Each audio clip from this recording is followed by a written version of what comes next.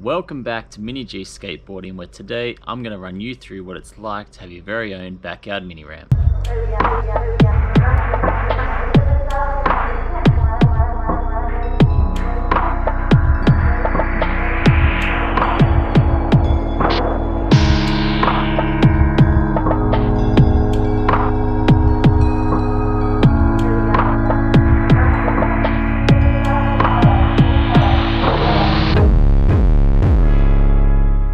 We regularly have people hitting us up for info about our Mini. So before you take the step of investing in your own backyard mini ramp, I'm going to run you through the specs of ours along with the positives and negatives that you need to consider before you get your own ramp. Also, make sure you stick around to the end of the video where I'm going to give you my 5 top tips to get the most out of your mini ramp.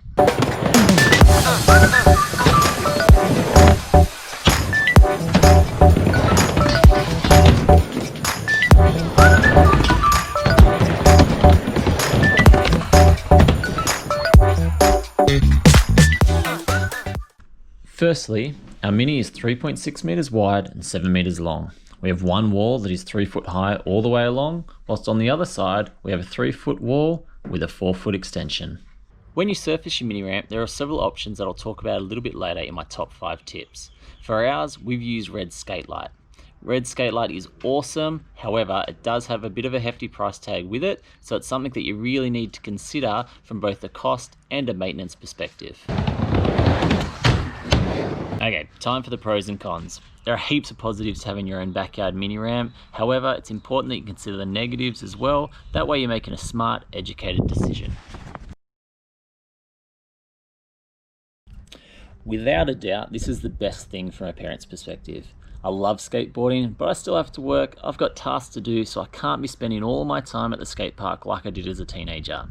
Having a backyard mini means the kids can skate whenever they want, and it makes supervision easy if you've got little ones like us.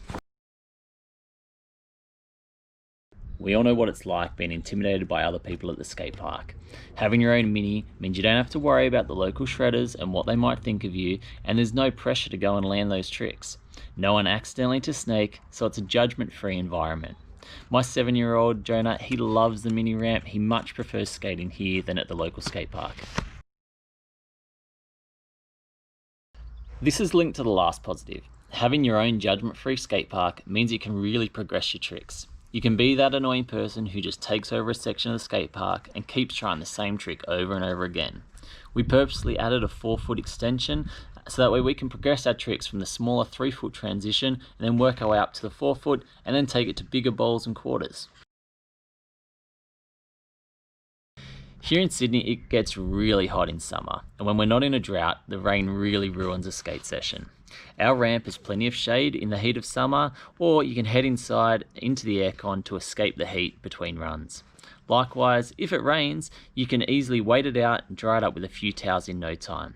This beats sitting at a skate park in the middle of a hot summer's day, and it also means that if it rains, you're not stuck under that one tiny little shelter that most skate parks seem to have.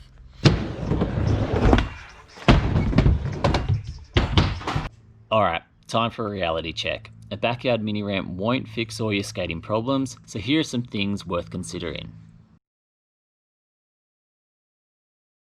For variety, you still need your local skate park.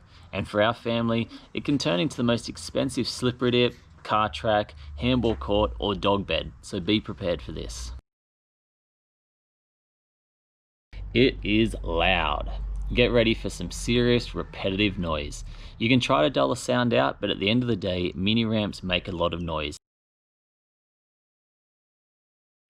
To build a mini, it really is a significant financial investment. Make sure it's worth it for both your level of skating as well as your interest.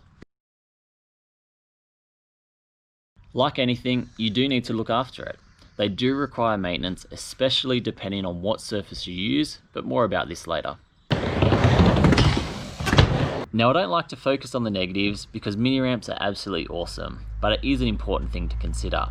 Before I get into my top 5 tips for building your own backyard mini ramp, it's time to have a look at the mini ramp in action with my 3 Mini Gs, Caylen, Jonah and Izzy. Cue the music.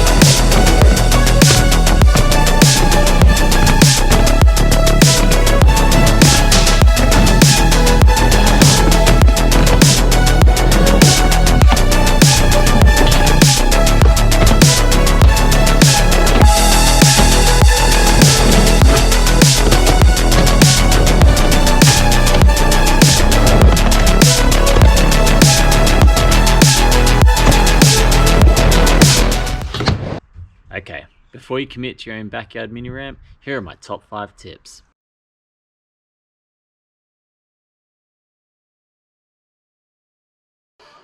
I see so many people get this wrong. Your transition is essential. Too steep, it kicks you out every single time. Too mellow, it's just a bank with cope in.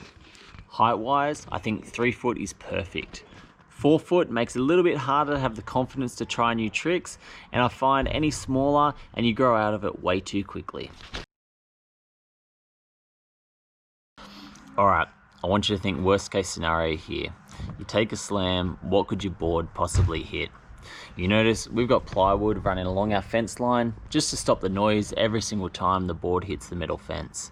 We've got chipped tiles, a broken down pipe, we've had to jump the neighbour's fence to retrieve a stray board every now and then, so you really need to think these things through when it comes to positioning your half pipe.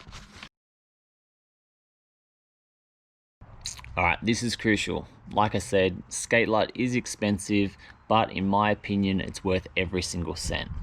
Our ramp is 2 years old now, and I haven't had to do a single bit of maintenance to it. Now, if you use marine ply or any other type of ply, it will deteriorate in the weather. So you're going to need to cover it with a tarp between uses, which is a hassle, and you're still going to have to resurface your mini ramp every few years. This means there's going to be an ongoing cost. Like I said in my negatives, mini ramps are super loud, so depending on your positioning, make sure your neighbours are cool with it. The last thing you want is noise complaints that can lead to the council forcing you to remove it. Alright, tip number 5, go wide. The wider your ramp, the more flow you can have, and you can extend out your grinds further rather than simply just going back and forth.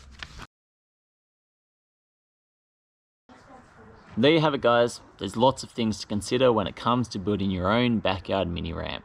If you have any questions I didn't cover, or if there are any other videos you'd like us to create, please leave a comment below. Also, if you found this video helpful, please give it a thumbs up. A bit of love goes a long way, and we have heaps more clips coming, so make sure you subscribe to Mini G Skateboarding and turn on those notifications. Have a good one, guys.